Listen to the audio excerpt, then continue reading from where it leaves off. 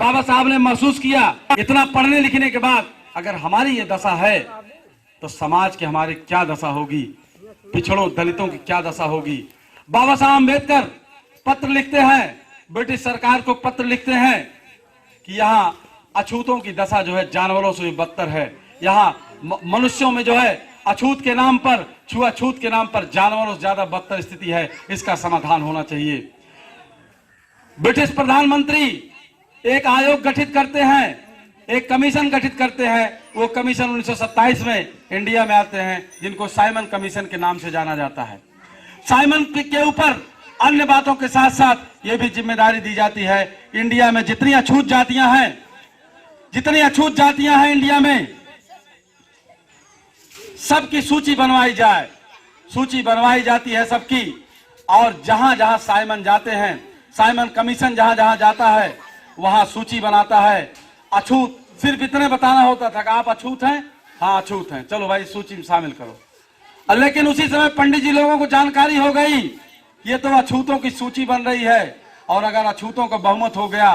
यूरोपीय देशों में लोकतंत्री व्यवस्था का आगाज हो चुका था, लोकतंत्री व्यवस्था की शुरुआत हो गई थी।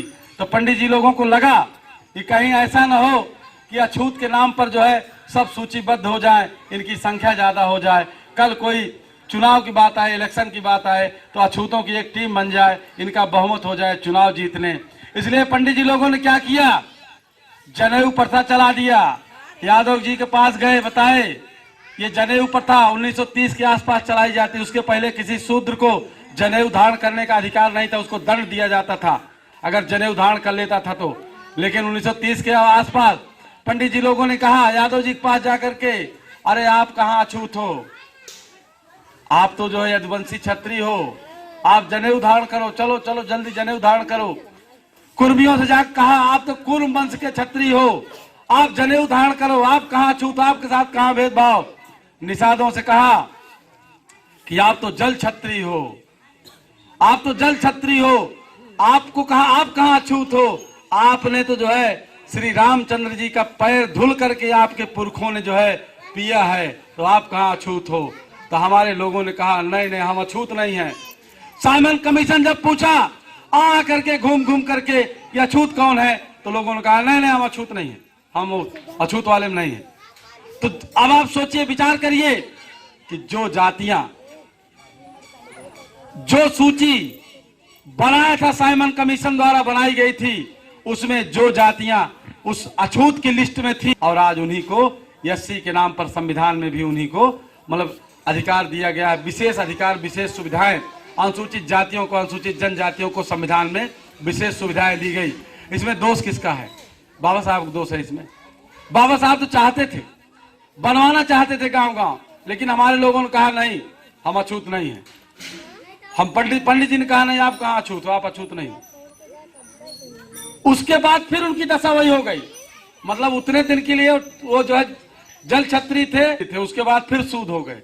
उतने दिन के लिए जब इनका नाश करना था, निषादों का जब नाश करना था, तो उस समय जो है इनको क्षत्रिय बता दिया गया, पंडित जी लोगों ने बता दिया। उसके बाद फिर शूद्र बता दिया, सूद है। तो ये चीजें आप लोग समझिए।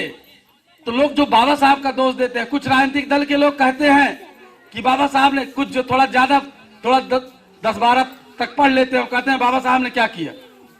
तो कौन जाति संगठन से जुड़ के अपने जात के कि हमारी जात के लिए बाबा साहब ने क्या किया, वो तो जो किए चमारों के लिए किए। हम कह रहे हैं, जहां निषादों के बारे में बता दूं, निषाद जहां महाराष्ट्र का निषाद कह दिया, महाराष्ट्र का मछुआ कह दिया हम अछूत हैं, उसको अनुसूचित जाति में शामिल कर लिया गया। दिल्ली का मछुआ कह दिया मैं अछूत हूं, अनुसूचित जाति में शामिल कर लिया गया। बंगाल का मछुआ कह दिया हम अछूत हैं, उसको अनुसूचित जाति में शामिल कर लिया गया। यहाँ यूपी का मछुआ कहा कि हम भगवान राम का पैर धोए हैं, हम अछूत नहीं हैं, इसलिए नहीं शामिल किया गया।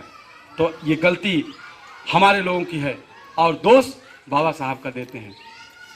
साथियों, बहुत दिनों तक हम लोगों ने बहुत तपस्या किया, बहुत पूजा पाठ किया, बहुत यज्ञ हवन किया, लेकिन हमको शूद्र से कोई ऊपर नहीं उठा सका, कोई ब्राह्मणों की बराबरी पर नहीं ला सका। अगर कोई लाया तो बाबा साहब अम्बेडकर लाए। कैसे?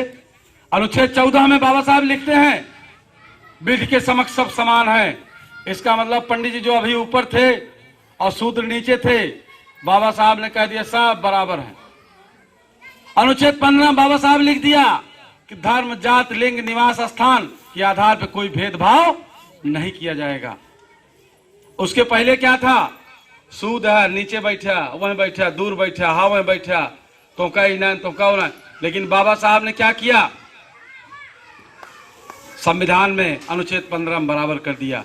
अनुच्छेद 325 में बाबा साहब ने लिखा कि वोट देने का अधिकार सबको, वोट देने का अधिकार सबको। पंडित जी बहुत बड़े हैं, आप बहुत नीच हो, लेकिन जो वोट उनके वोट की कीमत है वही कीमत आपके वोट की है। ये पावर किसने दिया?